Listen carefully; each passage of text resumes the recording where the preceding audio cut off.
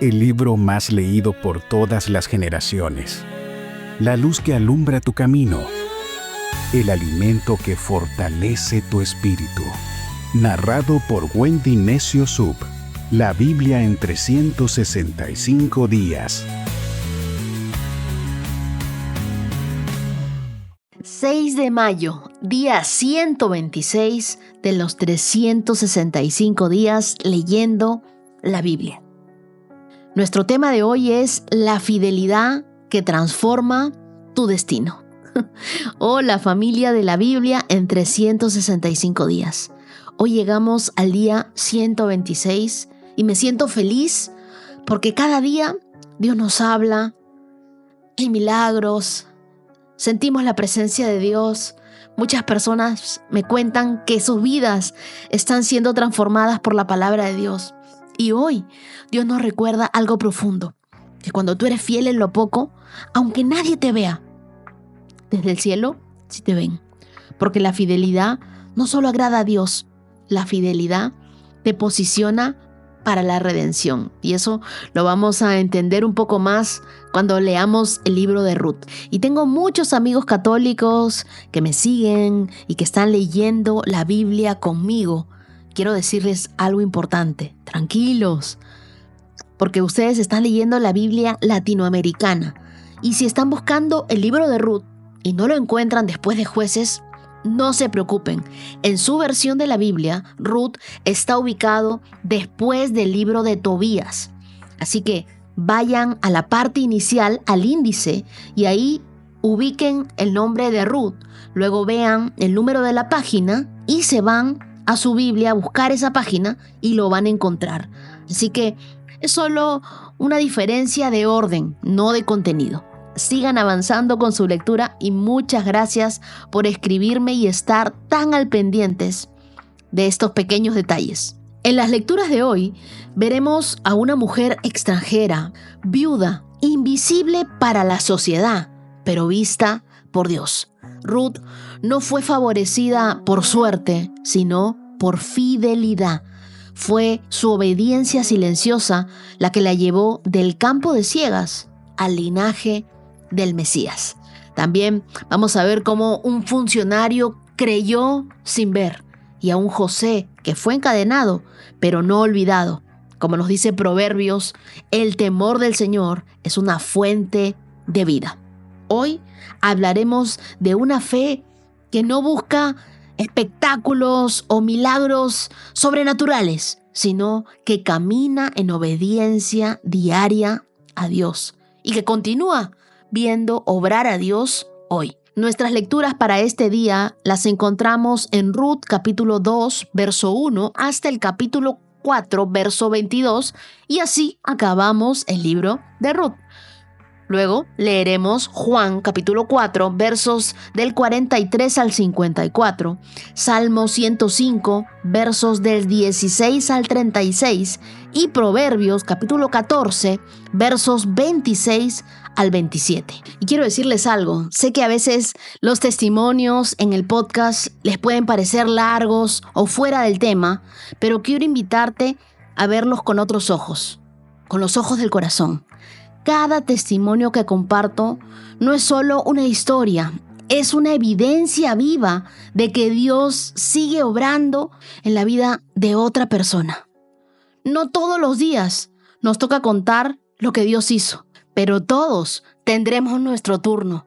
Por eso celebremos juntos lo que Él hace en otros, porque eso alimenta nuestra fe para cuando nos toque a nosotros. Sí, porque te va a tocar a ti contar tu testimonio de lo que Dios ha hecho. Y si Dios ha hecho algo en tu vida, escríbelo en los comentarios. Tu historia puede ser la respuesta a la oración de alguien más. Créeme que vas a agradecer cada testimonio si hoy decides escuchar con empatía. Y hoy quiero contarte de Laura desde El Salvador. Ella me dice, me tocaba realizar un pago, el cual no tenía, ya que por cubrir otros pagos me lo había gastado. Bueno, en la madrugada salí de mi casa y venía hablando con Dios, agradeciéndole, pero también pidiéndole sabiduría. Y le decía, Señor, háblame, dame una señal y hazme saber que viene de ti. Bueno, la única opción de pagar era usar mi tarjeta de crédito, pero era adquirir una nueva deuda. Como no tenía de otra, ingresé a la app del banco para verificar mi saldo y mi sorpresa fue ver un depósito, el cual se leía como pago de planilla. Pero siendo incrédula no toqué nada y realicé el pago. Siempre le pedía a Dios que me proveyera para el pago de mi tarjeta. Al final del mes, el depósito fue de mis años laborados en mi anterior trabajo. Nunca lo imaginé y mucho menos me lo esperaba, ya que nos habían dicho que ese dinero se había perdido. Pero Dios, en su inmensa misericordia, no desampara a sus hijos. A Él sea la gloria y la honra. Tú dijiste que mayo sería un mes de bendición, pero también de oraciones contestadas. Y yo tomé eso para mí. Qué tremenda la bendición y el favor de Dios sobre Laura. Quiero regalarles un versículo el día de hoy. Lo encontramos en Josué, capítulo 23, verso 14, que dice: en lo profundo del corazón, ustedes saben que cada promesa del Señor su Dios se ha cumplido. Ni una sola ha fallado. Márcala en tu Biblia y créela con todo tu corazón. Acompáñame en una oración. Señor, hoy te damos gracias por enseñarnos a caminar sin necesidad de ver. Ayúdanos a ser como Ruth, obedientes, íntegros, humildes, que cuando nadie nos vea, tú sigas guiando nuestros pasos. Que cuando parezca que nada pasa, sepamos que tú estás escribiendo capítulos invisibles en el propósito por el cual nosotros caminamos. En medio de la espera, Dios, enséñanos a confiar. En el silencio, enséñanos a perseverar. Y en cada acto de fidelidad, a creer que estás tejiendo nuestro destino glorioso. Menos de nosotros, más de ti. Oramos en el nombre de Jesús. Amén. Ahora sí, abre tu Biblia, abre tu corazón, destapa tus oídos espirituales, porque comenzamos. Ruth, capítulo 2. Había en Belén un hombre rico y muy influyente llamado Booz, que era pariente de Elimelec, el esposo de Noemí. Un día, Ruth, la moabita, le dijo a Noemí: déjame ir a los campos de cosecha a ver si alguien en su bondad me permite recoger las espigas de grano dejadas atrás. Noemí respondió: está bien, hija mía, puedes ir. Así que Ruth salió a recoger las espigas detrás de los cosechadores y resultó que lo hizo en un campo que pertenecía a Booz, el pariente de su suegro Elimelec. Mientras estaba allí, llegó Booz de Belén y saludó a los cosechadores. «El Señor sea con ustedes», les dijo. «El Señor lo bendiga», le respondieron los cosechadores. Entonces Booz le preguntó a su capataz: «¿Quién es esa joven que veo allá? ¿De quién es?». Y el capataz le contestó: «Es la joven moabita que volvió con Noemí. Esta mañana me pidió permiso para recoger grano detrás de los segadores. Desde que llegó no ha dejado de trabajar con esmero, excepto por unos momentos de descanso en el refugio». Booz se acercó a Ruth y le dijo: «Escucha, hija mía, quédate aquí mismo con nosotros cuando recojas grano. No vayas a ningún otro campo.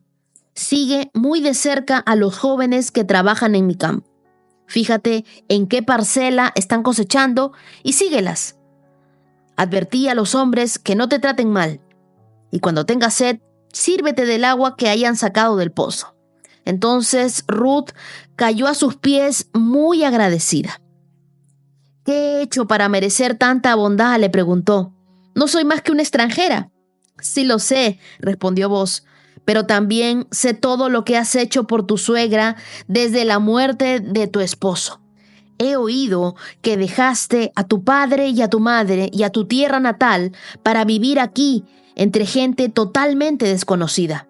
Que el Señor, Dios de Israel, bajo cuyas alas viniste a refugiarte, te recompense abundantemente por lo que hiciste».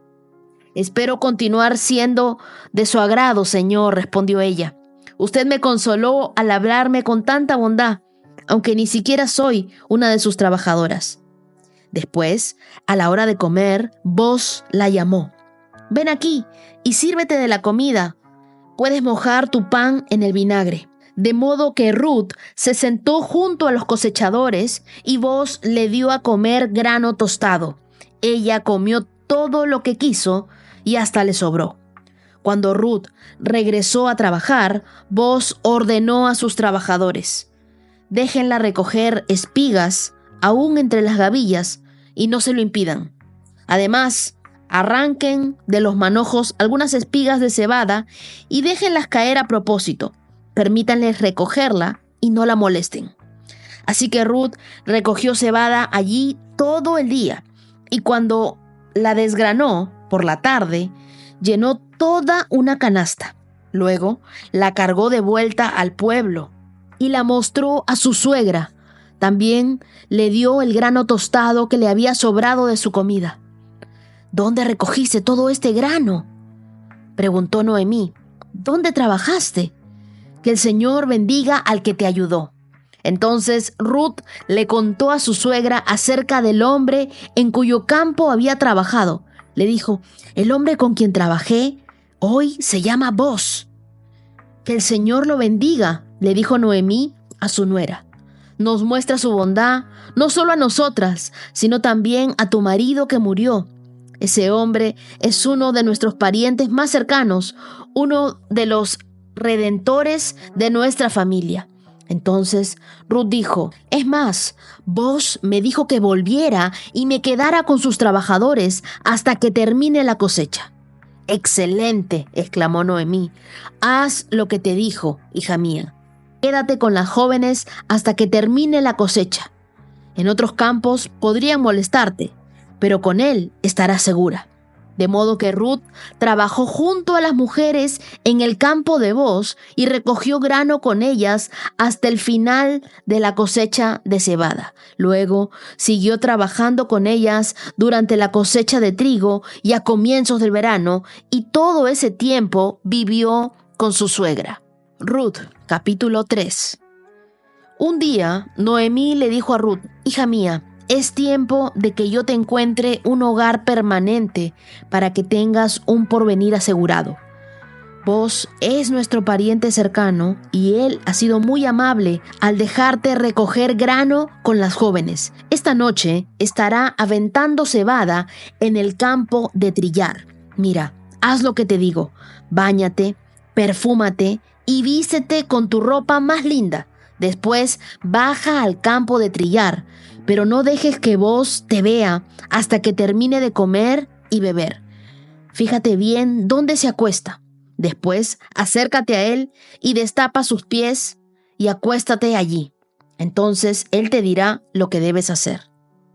Haré todo lo que me dices, respondió Ruth. Así que esa noche bajó al campo donde se trilla el grano y siguió las instrucciones de su suegra. Después de que Booz terminó de comer y de beber, estuvo de buen ánimo. Se acostó al extremo del montón del grano y se durmió. Entonces Ruth se acercó sin hacer ruido, le destapó los pies y se acostó. Alrededor de la medianoche, Booz se despertó de pronto y se dio vuelta. Entonces se sorprendió al encontrar a una mujer acostada a sus pies. ¿Quién eres?, preguntó. Soy Ruth, su sierva, contestó ella. Extiende sobre mí el borde de tu manto, ya que usted es el redentor de mi familia. El Señor te bendiga, hija mía, exclamó Booz. Muestras aún más lealtad familiar ahora que antes, pues no has ido tras algún otro hombre más joven, más rico o pobre. Ahora, hija mía, no te preocupes por nada. Yo haré lo que sea necesario, porque todo el pueblo sabe que eres una mujer virtuosa. Pero aunque es cierto que yo soy uno de los redentores de tu familia, hay un pariente más cercano que yo. Quédate aquí esta noche. Por la mañana hablaré con él. Si está dispuesto a redimirte, muy bien, que se case contigo. Pero si no está dispuesto a hacerlo, entonces, tan cierto como el Señor vive, yo mismo te redimiré. Ahora, acuéstate aquí hasta mañana.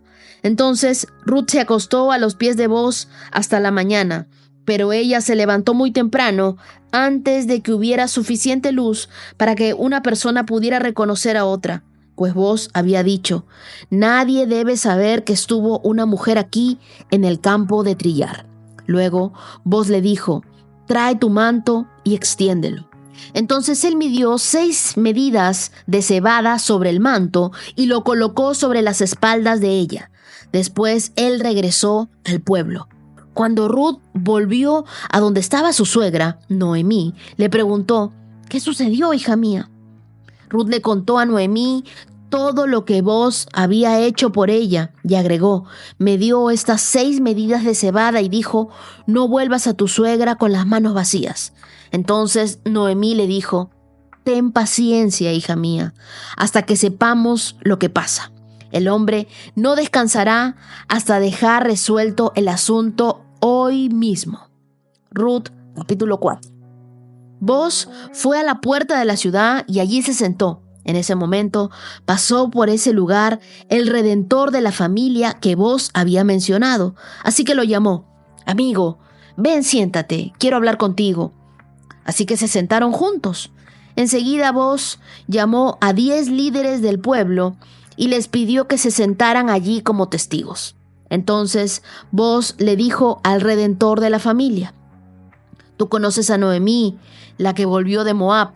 Está por vender el terreno que le pertenecía a Elimelec, nuestro pariente.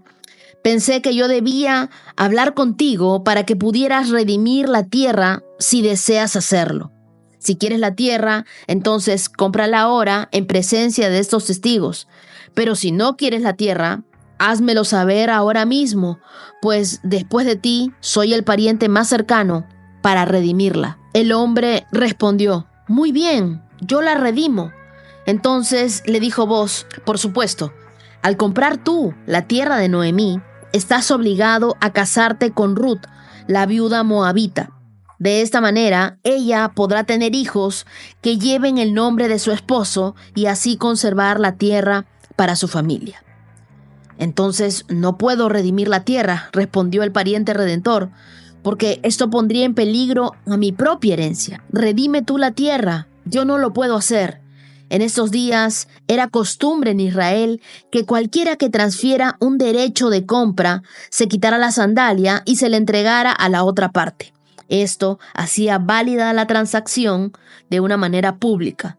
Entonces el otro redentor de la familia se quitó la sandalia mientras le decía a Booz: compra tú la tierra. Entonces Booz le dijo a los ancianos y a la gente que estaba alrededor: ustedes son testigos de que hoy le compré a Noemí toda la propiedad de Elimelec, Quelión y Malón. Además, junto con la tierra adquirí a Ruth, la viuda moabita de Malón, para que sea mi esposa. De este modo, ella podrá tener un hijo para que el nombre de la familia de su difunto esposo continúe y herede aquí, en su pueblo natal, la propiedad de su familia. Hoy todos ustedes son testigos. Entonces los ancianos y toda la gente que estaba en la puerta respondieron: somos testigos. Que el Señor haga que esta mujer que va a ser parte de tu hogar sea como Raquel y Lea, de quienes descendió toda la nación de Israel.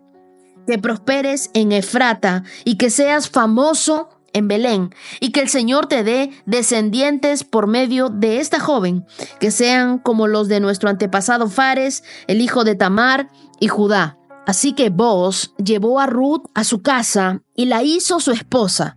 Cuando se acostó con ella, el Señor permitió que quedara embarazada y diera a luz un hijo. Entonces las mujeres del pueblo le dijeron a Noemí: alabado sea el Señor, que te ha dado ahora un redentor para tu familia, que este niño sea famoso en Israel, que él restaure tu juventud y te cuide en tu vejez, pues es el hijo de tu nuera que te ama y que te ha tratado mejor que 7 hijos. Entonces Noemí tomó al niño, lo abrazó contra su pecho y cuidó de él como si fuera su propio hijo. Las vecinas decían: por fin ahora Noemí tiene nuevamente un hijo. Y le pusieron por nombre Obed, Él llegó a ser el padre de Isaí y el abuelo de David. Este es el registro genealógico de su antepasado Fares. Fares fue el padre de Esrón. Esrón fue el padre de Ram. Ram fue el padre de Aminadab. Aminadab fue el padre de Nazón. Nazón fue el padre de Salmón. Salmón fue el padre de Boz. Boz fue el padre de Obed. Obed fue el padre de Isaí. Isaí fue el padre de David. Terminamos el libro de Ruth. En Ruth, capítulo 2, versos del 1 al 3, vemos que Ruth toma la iniciativa de ir a espigar. Ella no se quedó esperando los milagros en la sala de su casa, ni tampoco a esperar que se le pasara el luto, sino que ella se levantó a trabajar en la fe. La ley del Antiguo Testamento permitía que los pobres espigaran lo que caía en los campos. Y eso lo leímos nosotros en Levítico capítulo 19, versos del 9 al 10. Cuando Ruth actúa, Dios iba dirigiendo sus pasos a los campos de Boz. Yo creo que a veces el primer milagro es tener el valor de salir de la casa otra vez. Porque Dios bendice los pasos que nosotros vamos dando en obediencia y no nuestros dramas que nos hacen quedarnos estáticos. De Ruth aprendemos entonces que debemos hacer todo lo que se pueda con lo que tenemos en este día. Dios guía a las personas que están en movimiento, que dan pasos de fe, no a los que se quedan estáticos, parados por miedo. Así que la gracia y el favor de Dios te encuentren trabajando, te encuentren en movimiento. Boz no solo era rico, era un pariente redentor, alguien con la autoridad legal para redimir a una viuda. Pero antes de hablar de redención, Boz muestra honra, muestra generosidad y también se muestra protector a Ruth. Y yo creo que ese es un ingrediente vital para formar una relación.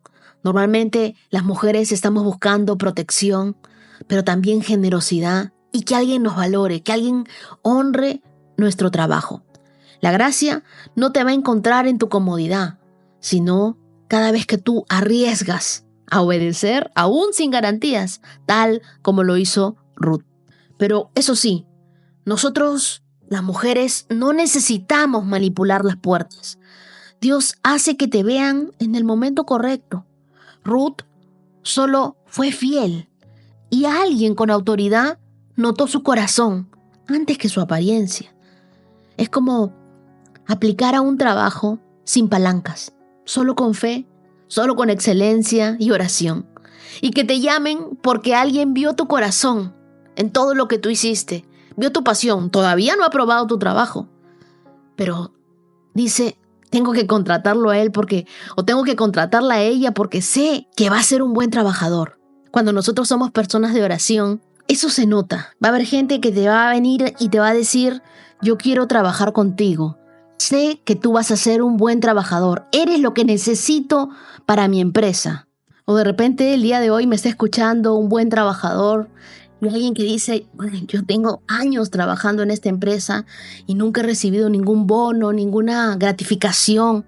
Bueno, ora para que Dios le muestre a tu empleador, a tu jefe, y diga: tengo que bendecir a esta persona por el buen trabajo que ha hecho. Y si la bendición no viene de ahí, de algún otro lugar vendrá, porque Dios es fiel y Él siempre recompensa a sus hijos. Te voy a regalar el versículo que me dedicaron en este envío hermoso de tulipanes de mi amiga Andrea de Bolivia, que está en Ruth 2:12, que dice: que el Señor Dios de Israel, bajo cuyas alas viniste a refugiarte, te recompense abundantemente por lo que hiciste.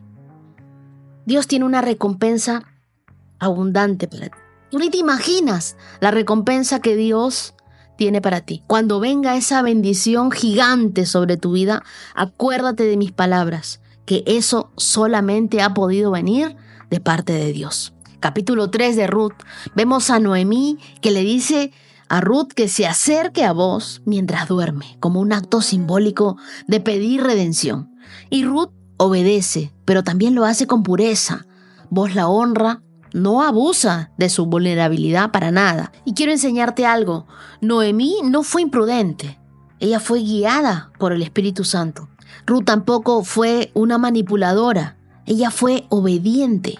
Algunos podrían pensar, el consejo de Noemí parece extraño, pero no estaba surgiendo un acto de seducción, para nada.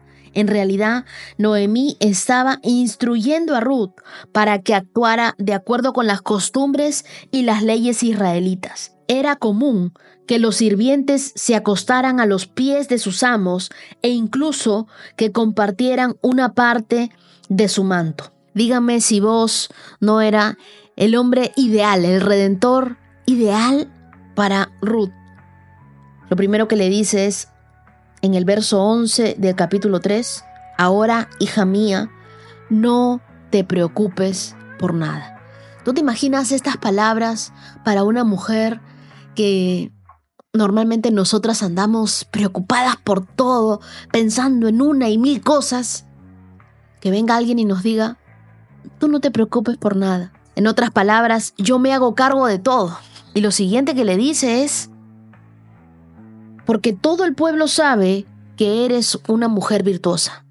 Yo me pregunto, ¿en qué momento vos habló con todo el pueblo? ¿Qué habría hecho Ruth para ganarse el favor de todo el pueblo? La gente a tu alrededor sabe que tú eres una mujer virtuosa, sabe que tú eres un hombre de valor. La gente que te conoce, que ve cómo tú trabajas, habla bien de ti, aunque tú no estés ahí. Qué importante eso, ¿verdad? Y luego vemos en el capítulo 4 que vos actúa con diligencia y va a la puerta de la ciudad, llama a los testigos, ejecuta el derecho de redención, no se aprovecha, no hace trampa, no actúa con astucia, tampoco en las sombras, todo lo hace público. Vivimos en una generación que corre tras la opción más rápida, pero vos nos recuerda que el favor duradero se construye con una integridad visible. Asegúrate tú que tus decisiones privadas puedan ser defendidas públicamente.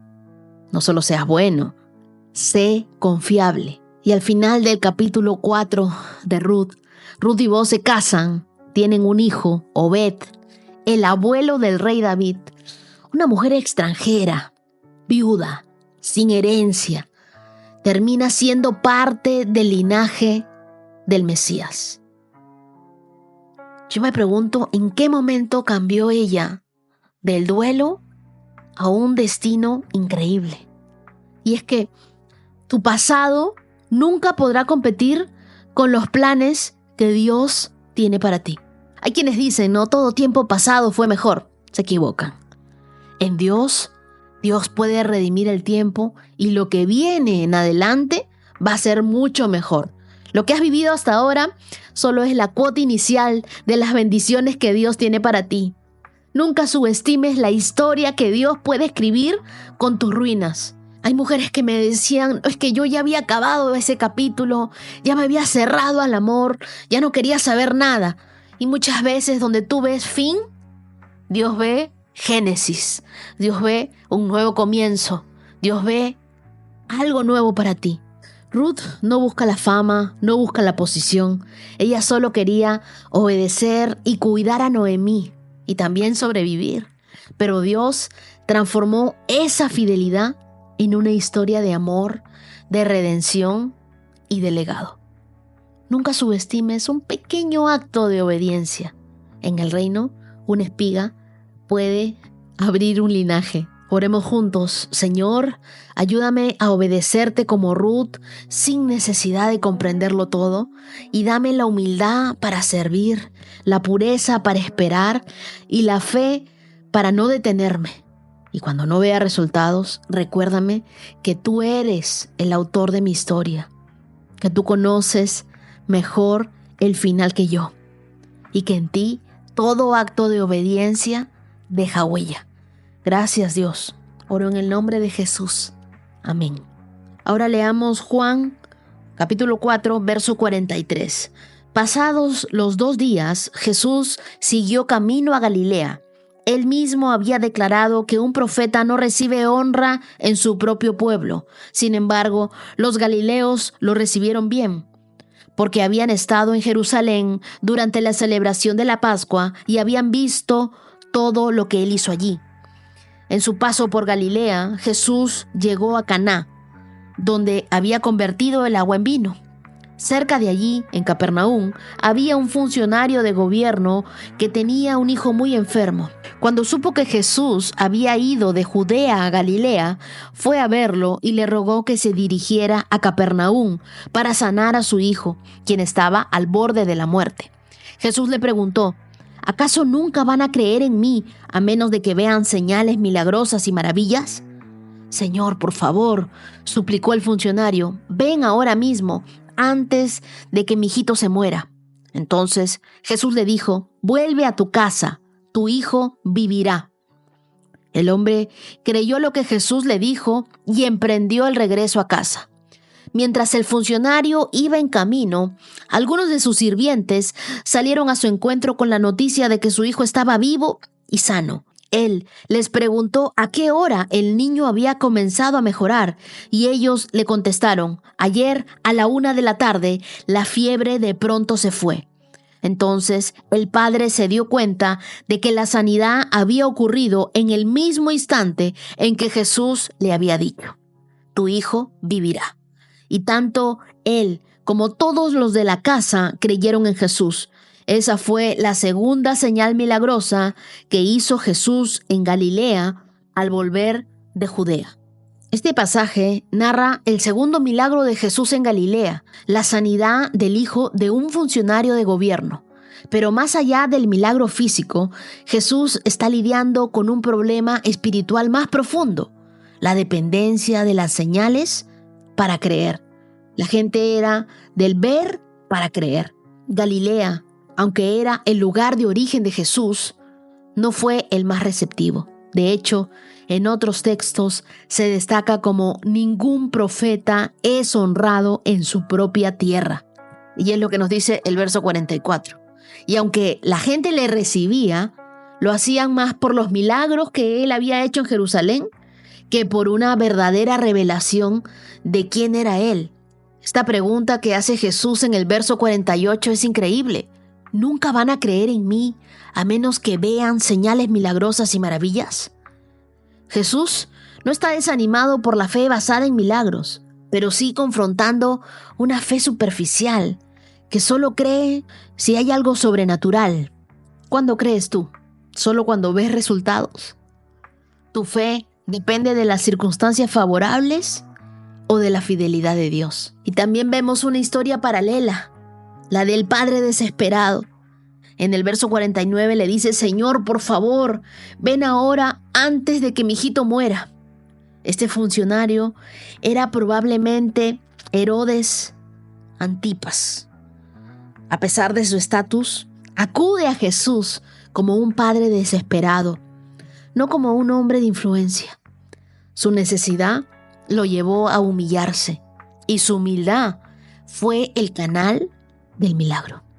Y es que a veces Dios permite que llegues al final de tus recursos para que descubras el principio de su poder. La desesperación no es debilidad cuando te lleva a Jesús. No tengas vergüenza de acudir a Dios en tus límites.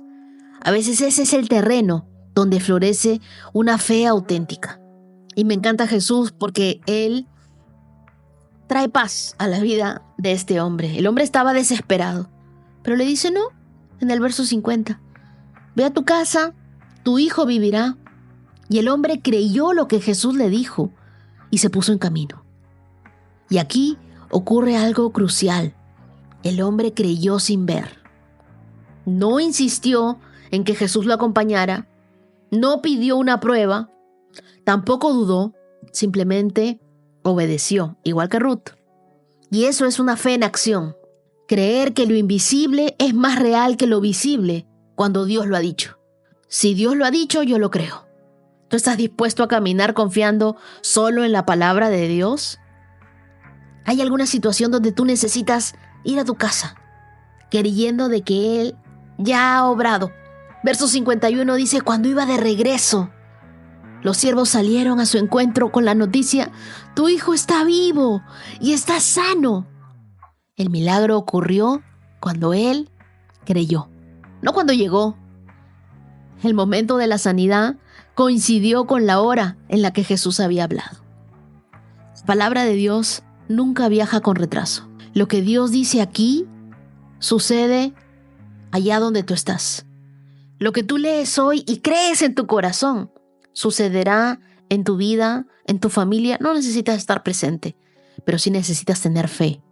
Tu milagro ocurre mientras tú estás caminando por fe. No te detengas esperando una señal extra. Obedece a lo que ya escuchaste de parte de Dios. Que tu fe sea una fe que no necesita señales para ver el milagro. Salmo 105, verso 16. Mandó hambre a la tierra de Canaán y cortó la provisión de alimentos. Luego envió a un hombre a Egipto delante de ellos, a José, quien fue vendido como esclavo. Le lastimaron los pies con grilletes y en el cuello le pusieron un collar de hierro, hasta que llegó el momento de cumplir sus sueños. Y el Señor puso a prueba el carácter de José.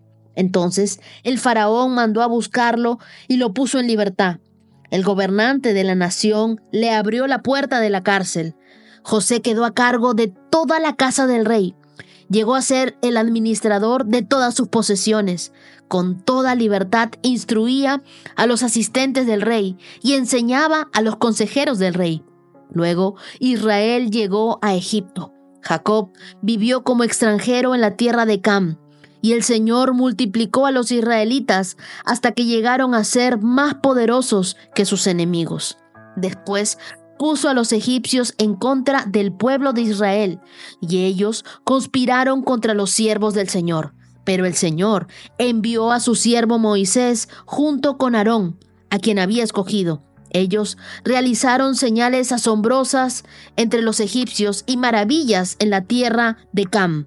El Señor cubrió a Egipto con oscuridad, porque los egipcios desobedecieron las órdenes de dejar ir a su pueblo. Convirtió sus aguas en sangre y en veneno a todos los peces. Luego las ranas infestaron la tierra y hasta invadieron las habitaciones del rey. Cuando el Señor habló, enjambres de moscas descendieron sobre los egipcios y hubo una nube de mosquitos por todo Egipto. Luego envió granizo en lugar de lluvia y destellaron relámpagos sobre la tierra. Arruinó las vides y sus higueras y destrozó todos los árboles. Habló y vinieron oleadas de langostas jóvenes en cantidades innumerables. Se comieron todo lo verde que había en la tierra y destruyeron todos los cultivos de los campos. Después mató al hijo mayor de cada hogar egipcio y el orgullo y la alegría de cada familia. Este fragmento del Salmo 105 repasa cómo Dios cumplió su pacto con Abraham a pesar de las adversidades. Es una crónica poética de cómo la soberanía divina condujo al pueblo desde Canaán hasta Egipto, no por castigo, sino por propósito. Versos 16 y 17 vemos que Dios envió hambre, pero también envió una respuesta. Desde la óptica humana, José fue traicionado, pero el salmista da otra perspectiva. Dice, Dios estaba detrás del escenario, obrando algo más grande. Y esto lo aprendimos de José. Lo que otros usan para herirte, Dios lo usa para llevarte a otro nivel. A veces lo que tú ves como una pérdida es una puerta a la promesa. Antes de resistirte al proceso, pregúntate, ¿qué está desarrollando Dios en mí con esto? Y si hoy tú la estás pasando mal, repite conmigo. Dios, no me estás destruyendo, me estás dirigiendo. Sé que tú tienes el control de todo. Y luego, en los versos del 18 al 19, nos cuentan que le lastimaron los pies con grilletes y en el cuello le pusieron un collar de hierro hasta que se cumplió su predicción. el Señor puso a prueba la palabra de José. José no fue promovido a pesar del sufrimiento, sino a través de él. Él fue probado en la prisión, pero su carácter se formó en medio del quebranto, en medio de la prueba. Y así como José, Dios nos da sueños y luego permite un proceso que prueba si realmente tú puedes sostener eso que soñaste. Hay muchos que se desaniman en la etapa de la prueba, pero tenemos que recordar que una fe que no es probada no puede ser confiable. Versos del 20 al 22, la Biblia nos habla de que el faraón lo mandó a llamar, lo puso en libertad, lo puso a cargo de toda su casa y lo hizo señor de todas sus posesiones. En un solo día, José pasó de estar encadenado a ser exaltado. Y es que cuando llega el momento de Dios en tu vida, ni el olvido, ni los enemigos, ni las circunstancias pueden detenerlo. Nada ni nadie puede cuando la bendición de Dios está designada para ti. Y es que cuando es tu tiempo en Dios, no necesitas empujar puertas. Las puertas se van abriendo solas. ¿Qué te parece si oramos y le decimos, Señor, gracias? Porque en cada temporada de mi vida, aún en las más difíciles, todas han estado bajo tus manos. Aunque no entienda el proceso, sé que tu palabra me está formando. Ayúdame a confiar cuando no vea, a crecer cuando duela, a esperar cuando todo parece detenido. Hoy, como José, quiero que mi historia glorifique tu fidelidad y en medio de la oscuridad yo siga creciendo en que tu plan es mejor que el mío. Confío plenamente en tu tiempo, Dios, y yo sé que veré tu bondad en esta tierra. Oro en el nombre de Jesús. Amén. Ahora leamos Proverbios capítulo 14, verso 26. Los que temen al Señor están seguros. Él será un refugio para sus hijos. El temor del Señor es fuente que da vida. Ofrece un escape de las trampas de la muerte. Verso 26 de Proverbios dice que los que temen al Señor están seguros. Esa seguridad aquí no es solo física, sino también existencial. Es la certeza de saber quién te sostiene, incluso cuando todo lo demás tambalea. El temor de Dios reemplaza al temor del hombre. Cuando tú temes a Dios, nada más puede intimidarte al mismo nivel. Porque entiendes que Dios no es uno más en tu lista de prioridades. Él es el centro de todo. Y luego en el mismo proverbio nos dicen que Dios será un refugio para tus hijos. ¿Te das cuenta de que tu relación con Dios bendice a los tuyos? La vida espiritual no se hereda por genética, pero se transmite por el ejemplo. Dios promete que quien vive en reverencia deja una sombra protectora sobre su descendencia. El legado más poderoso que puedes dejar no es dinero, sino una vida que inspire fe. El día de hoy, muchos quieren asegurar el futuro de sus hijos con educación, con bienes, dejándole una herencia, pero el temor del Señor es el verdadero seguro espiritual. Ora con tus hijos, aunque estén pequeños o quizá están adultos, pero si están en tu casa, puedes orar con ellos. Habla de Dios con naturalidad en tu casa. Lo que para ti es cotidiano, para ellos será un fundamento. Cuando ellos te vean con tu Biblia, ellos sabrán que tú eres un hombre de Dios, una mujer de Dios. El temor del Señor es una fuente de vida, no es una carga, es un manantial. Donde hay temor a Dios, donde hay reverencia a Dios, hay una renovación constante de sabiduría y de vida verdadera. Hay trampas aquí que se refieren a los caminos de pecado, de orgullo, de engaño, de egoísmo. Todo lo que promete placer, pero termina quitándote la paz. Y es que el pecado se disfraza de libertad, pero su paga es esclavitud. El temor del Señor no te limita, te preserva. Día 126, check. Y así llegamos al final de nuestro día 6 de mayo, el 126 de los 365. Gracias por acompañarme en este viaje diario a la palabra de Dios. donde cada lectura es una oportunidad para crecer, para reflexionar y volver al corazón de Dios. Que esta semana camines con la valentía, descansando en la fidelidad de aquel que nunca falla. Recuerda que estamos en un mes de respuestas de Dios, así que espera tu respuesta, ora y pon tu oración ahí porque Dios hará milagros en tu vida. Luego que los haga, déjamelo en los comentarios, por favor, que me gustaría ser parte de ese milagro.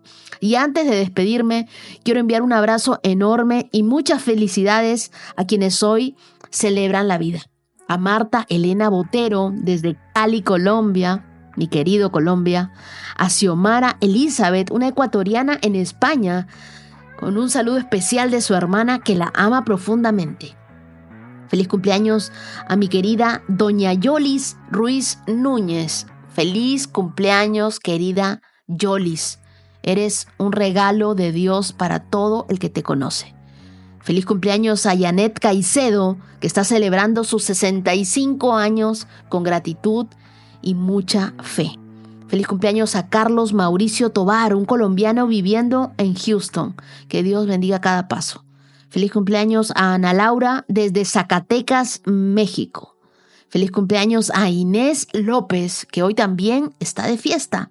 Feliz cumpleaños a Marilú desde Chihuapán, Puebla, celebrando sus 28 añitos. Te queda una larga vida por delante. Feliz cumpleaños a Mauro Manuel Pacheco Alvarado desde Estados Unidos. Dios te bendiga siempre. Feliz cumpleaños a José David, que hoy cumple 20 años y son llenos de propósito y de bendición. Feliz cumpleaños a Cristian Paredes, un joven de 15 años con un gran futuro por delante. Déjame decirte, los mejores años de tu vida están por venir. Feliz cumpleaños a todos ustedes y que el Señor los bendiga con salud, dirección y sueños cumplidos. Gracias por ser parte de esta comunidad de fe. Nos encontramos el día de mañana para seguir caminando juntos en la Biblia en 365 días. Adiós. 365 con Dios, con Wendy Necio Sub.